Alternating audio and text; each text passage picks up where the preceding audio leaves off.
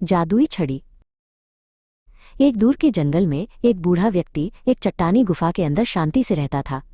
उसके पास 3 जादुई खजाने थे। एक टोपी जो पहनने वाले को अदृश्य कर देती थी, एक बर्तन जो अंतहीन भोजन परोस सकता था, और एक छड़ी जो किसी भी दुश्मन को मारती थी और फिर अपने मालिक के पास लौट आती थी। बूढ़ा व्यक्ति इन चमत्कारों को अपना निरंतर मित्र मानता था और आराम तथा सुरक्षा के लिए उन पर निर्भर होकर शांतिपूर्ण जीवन जीता था। वो बर्तन से साधारण भोजन बनाता था, अपने चारों ओर के जंगल को देखता था और अपने उपहारों के लिए भाग्य को धन्यवाद देता था। एक दिन एक चोर जंगल के किनारे से परे लगे एक भव्य गांव के मेले की ओर निकला। भीड़ व्यापार करने, गाने और अपने सिक्के खर्च करने के लिए मीलों दूर से आती थी और चोर ने धोखे से मुनाफा कमाने की योजना बनाई। जैसे ही वो पेड़ों के बीच एक संकरे रास्ते का अनुसरण कर रहा था, उसने एक गुफा के मुंह से धुआं उठता देखा। जिज्ञासु और लालची होकर वो करीब रेंगता गया, मंद आंतरिक भाग में झांकता रहा। अंदर बूढ़ा व्यक्ति जादुई बर्तन को बगल में रखकर अपना भोजन हिला रहा था। बाहर हल्की सरसराहट सुनकर उसने तुरंत टोपी पकड़ ली और उसे अपने सिर पर रख लिया। पल भर में आंखों से ओझल हो गया। चोर अंदर आया, लेकिन गुफा को खाली और गूंजता हुआ पाया।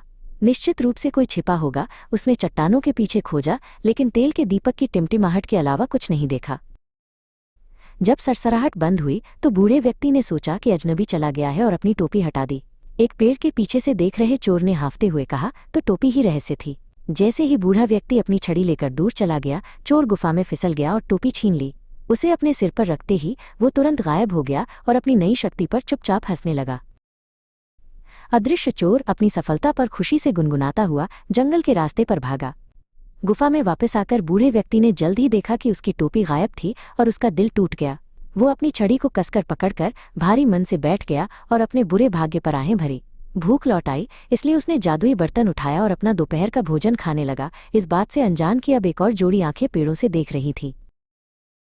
जैसे ही बूढ़ा व्यक्ति खा रहा था, एक दूसरा चोर करीब रेंगता आया, उसी पेड़ के पीछे छिप गया जिसका इस्तेमाल पहले चोर ने किया था।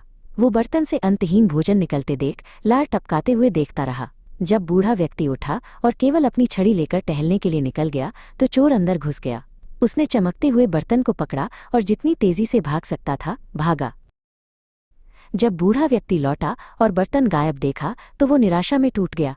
उसने अपनी छड़ी से जमीन पर वार किया और एक गिरे हुए लट्ठे पर बैठ गया। उसकी आंखों में आंसू थे। अब मैं भूखा मर जाऊंगा, वो अकेला गुफा को घूरते हुए फुसफुसाया। काफी देर तक वो चुपचाप बैठा रहा, जबकि जंगल की हवा उसके चारों ओर उदास होकर सरसरा रही थी। उस दोपहर बाद हिरण का शिकार कर रहा एक दयालु युवक बूढ़े व्यक्ति को अकेला बैठा देखकर उसके पास आया। उसने अपना धनुष नीचे किया और धीरे से पूछा, दादाजी, आप इतने दुखी क्यों हैं? बूढ़े व्यक्ति ने उसे सब कुछ बताया, चोरों के बारे में, टोपी के बारे में, बर्तन के बारे में और छड़ी के बारे में जो उसके पास बचा था। फिर उसने कड़वाहट से जोड़ा, अगर तुम चाहो तो ये छड़ी ले लो, अब ये मेरे लिए बेकार है। तुम्हें उम्मीद नहीं छोड़नी चाहिए, युवक ने कहा। मुझे अपनी छड़ी उधार दो और मैं तुम्हारे चोरी हुए खजानों को वापस लाऊंगा। उसने छड़ी को कसकर पकड़ा और जंगल के रास्ते की ओर चल दिया। जैसे ही वो जंगल के किनारे के पास पहुंचा, एक कठोर अनदेखी आवाज चिल्लाई, अपना पैसा या अपनी जान। युवक ने तुरंत अंदाजा लगाया कि ये आवाज अदृश्य टोपी वाले चोर की है। मेरे पास मूल्यवान माल है, उसने शांति से कहा, लेकिन पहले खुद को दिखाओ। चोर ने टोपी उतार दी और तिरस्कार से देखा। युवक ने छड़ी को बुलाया, उसे सबक सिखाओ, और छड़ी तब तक जोर से मारने लगी जब तक कि चोर दया के लिए चिल्लाने नहीं लगा।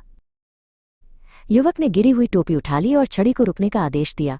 उसने टोपी अपने थैले में रखी और मेले की ओर बढ़ता रहा।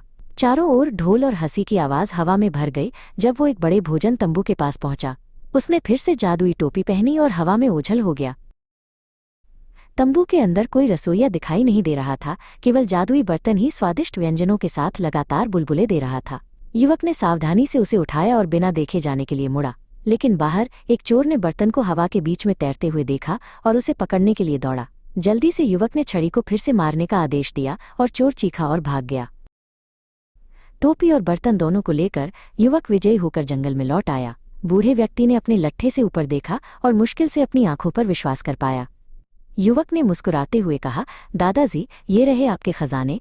आभार के आंसू से बूढ़े व्यक्ति की आंखें भर आईं जब उसने अपने उद्धारकर्ता को गले लगाया। बूढ़े व्यक्ति ने युवा नायक को पुरस्कृत करने पर जोर दिया। उसने उसे जादुई बर्तन से भोजन साझा करने के लिए आमंत्रित किया, जिसने सुगंधित चावल और मिठाइयों से प्लेटें भर दीं। उन्होंने गुफा के अंदर खुशी खुशी खाया, हंसी जंगल में गूंज उठी। शांति लौट आई और जादुई छड़ी एक बार फिर दीवार के पास चुपचाप खड़ी हो गई। नैतिक लालच नुकसान की ओर ले जाता है, लेकिन दया और साहस खोए हुए को बहाल करते हैं। उदारता और ईमानदारी हमेशा धोखे पर जीत हासिल करती है।